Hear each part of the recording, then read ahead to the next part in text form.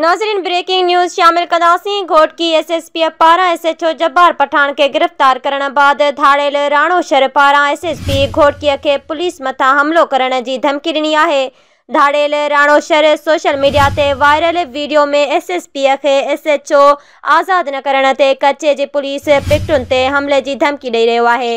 अहम ख़बर खां आगाह कंदा हलूं। घोटकी SSP पारां SHO जब्बार पठान के गिरफ़्तार करण बाद धाड़ेल राणो शर पारां SSP घोटकीअ खे पुलिस मथां हमलो करण जी धमकी ॾिनी आहे।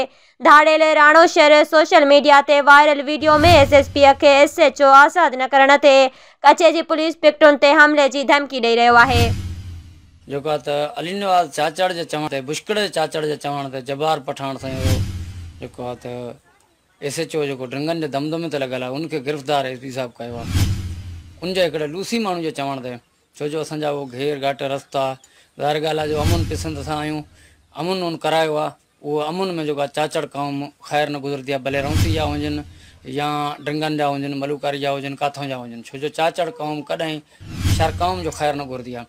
अॼु मां इहा वार्निंग करे SP साहिबु चवां, तूं बि इन चाचड़नि जी चाल ते हलंदो पिया, ज़ाहिर ॻाल्हि आहे उनखे ॿधो थी, उनखे गिरफ़्तार कयो थी। इहा मां वाइदो थो कयां त राति ड्रंक मलूकारी खां वठी करे रौंती तक पंहिंजे पिकटां जेके बंदि पिकटां लॻल आहिनि उन्हनि जो समाज तूं पाण कंदे।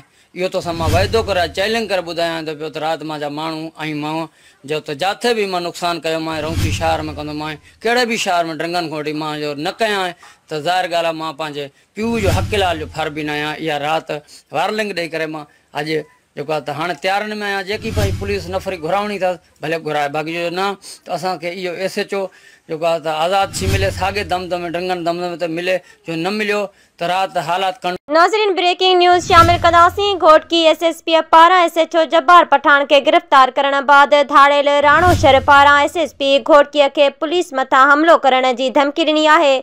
धाड़ेल राणो शर सोशल मीडिया ते वायरल वीडियो में SSP खे SHO आज़ाद न करण ते कचे जी पुलिस पिकटुनि ते हमले जी धमकी ॾेई रहियो आहे।